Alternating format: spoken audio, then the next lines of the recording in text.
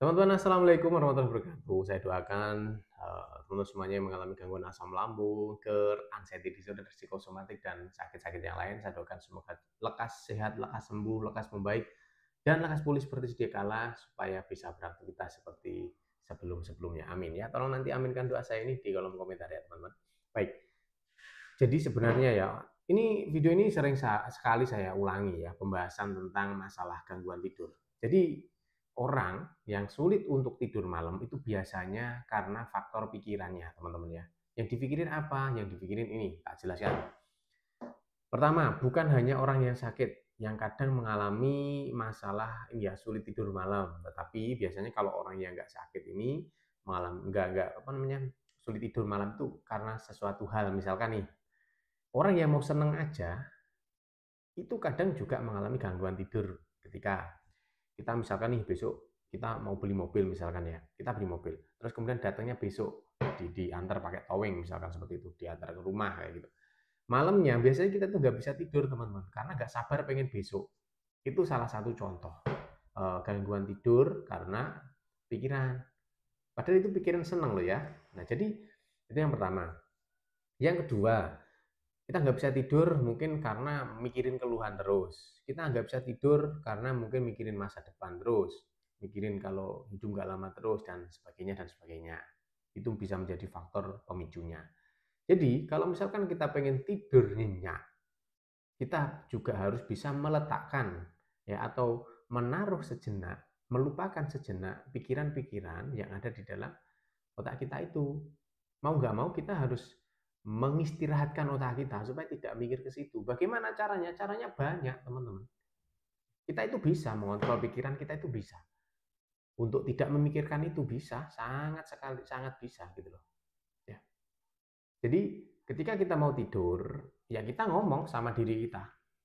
Oke, kamu saya pikirin besok ya. Sekarang saya mau tidur dulu.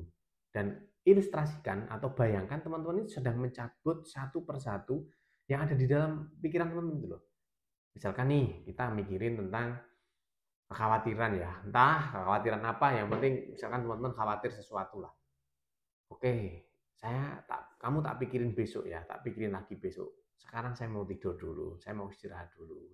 Teman-teman sambil ngomong seperti itu di dalam hatinya kayak gitu ya. Sambil teman-teman bayangkan teman-teman sedang mencabut pikiran-pikiran yang membebani otak. Cabut satu persatu. Nanti kalau muncul lagi, ngomong lagi, cabut satu persatu kayak gitu. Paham ya? Sampai di sini teman-teman. Nanti kalau misalkan belum paham, komentar aja di kolom komentar ya. Nanti tolong komentar. Nanti tak ajarin gitu loh. Nanti kalau teman-teman sudah bisa praktekkan hal itu, intinya ketika kita mau tidur, nggak ada sesuatu yang kita pikirin, insya Allah tidur kita bakal nyenyak dan gampang. Gitu ya. Jadi bukan permasalahan kita sulit tidur malam itu bukan hanya dialami orang-orang yang sakit. Orang yang mau berbahagia pun juga mengalami buktinya itu tadi ya. Itu ya teman-teman ya. Jadi nanti tolong silahkan dipraktekkan. Kalau nggak gitu, biasanya gini. Ketika kita mengalami gangguan kecemasan berlebih, kita tuh tidur sendiri kadang nggak berani ya. Kita tidur sama pendamping, entah sama istri, suami, anak, atau orang tua, dan sebagainya. Cobalah mendamping tidurnya itu untuk bercerita tentang hal-hal positif, motivasi, penyemangat, kalimat-kalimat ya, seperti itu. Nanti bandingkan antara teman-teman tidur tanpa diceritai kayak diceritai apa? Diceritakan motivasi-motivasi, pengalaman-pengalaman orang sembuh dari asam lambung dan sebagainya. Itu nanti bandingkan, enak yang mana nih kita mau tidur. Saya jamin 100% pasti enak ketika teman-teman didongengin. Dongeng tentang itu motivasi orang-orang sembuh, contoh orang-orang yang sudah berhasil bangkit pulih dari asam lambungnya. Kayak gitu teman-teman. Pasti nanti lebih enak itu mau tidurnya karena mau tidak mau otak kita nanti kan ke-trigger untuk mendengarkan itu dan akhirnya itu oh iya ya, oh iya ya, oh dia sembuh ya, kayak gitu. Akhirnya tenang. Kuncinya di situ, tenang gitu loh. Kalau kita sudah tenang, biasanya nanti tidur kita bakal nyenyak gitu. Di sini ya di audio hipnoterapi ini yang ada di bawah situ ya, di pojok kiri bawah, ini juga di sini ada terapinya. Jadi nanti teman-teman kalau mau tidur, saya sarankan bisa juga dengarkan pakai ini. Dengarkan dan diikuti apa yang saya sampaikan. Nanti biasanya tiba-tiba tidur dengan sendirinya. Kayak gitu.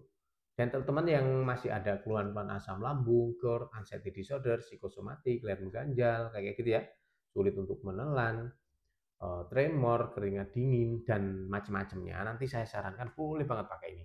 Diminum sehari 2 kali, 2 sampai 3 sendok makan, bisa sebelum atau setelah makan, dapatkan di Kacang Kuning juga ya. Ini sudah terjual puluhan ribu piece dan alhamdulillah banyak sekali teman-teman yang cocok halal.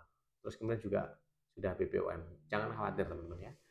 Nah, gitu ya. Semoga bisa dipahami yang saya sampaikan dan jangan lupa di-share juga supaya makin banyak teman-teman yang sehat. Gitu ya. Oke. Saya akhiri. Assalamualaikum warahmatullahi wabarakatuh.